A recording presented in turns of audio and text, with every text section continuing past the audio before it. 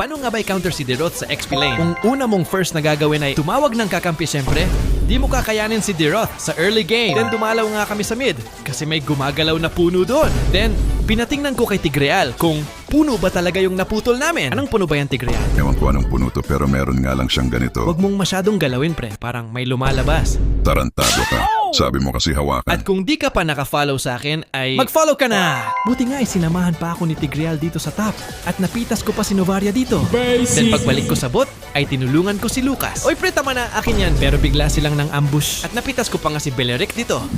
Sa kabutihang palad ay nakatakas naman akong ligtas. Ay, tangki na mo! Dito nga ay bumalik si Suyu. Easy na lang sa akin to dahil alam ko na ang Yun lang. Pagkatapos ay nag-rotate muna ako sa top. Woy, anong ginagawa nyo dito? Nakatakas naman ulit ako. Okay, tama na ang laro, tampusin na natin ito. Pagkatapos ay ginulat ni Suyu si Bruno. Pero dahil sa nandito ako, ay nailigtas ko pa si Bruno sa tiyak na kapahamakan. Pinitas ko na nga din si Beleric dito. Then nakita ko si Novaria. Kaya sabi ko ay maniac to maniac. Sa sobrang focus ko sa paghahabol kay Novaria, ay di ko napansin na... Ay, tangki na mo! Ito nga ay napansin kong low health na si Kimi. Tapos sabi niya, Pang last hit lang, hahaha. ganun ha. Kaya inabangan ko siya dito.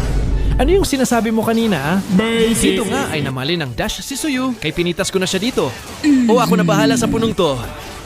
Dito naman ay sinuzone ko si Suyu para hindi niya makuha yung Lord. At napitas ko pa siya. Dito naman ay di ko napansin na tinitira na pala ako ni Kimi. Wow, ang galing mo naman. Oh wow, galing.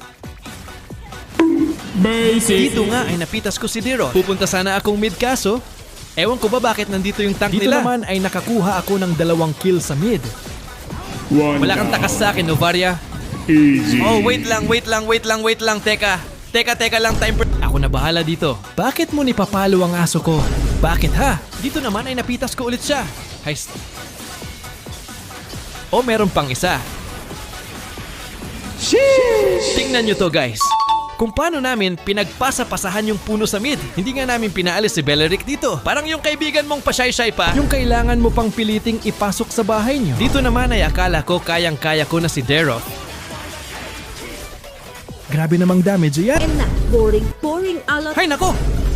Grabe nakakatamad voice over to.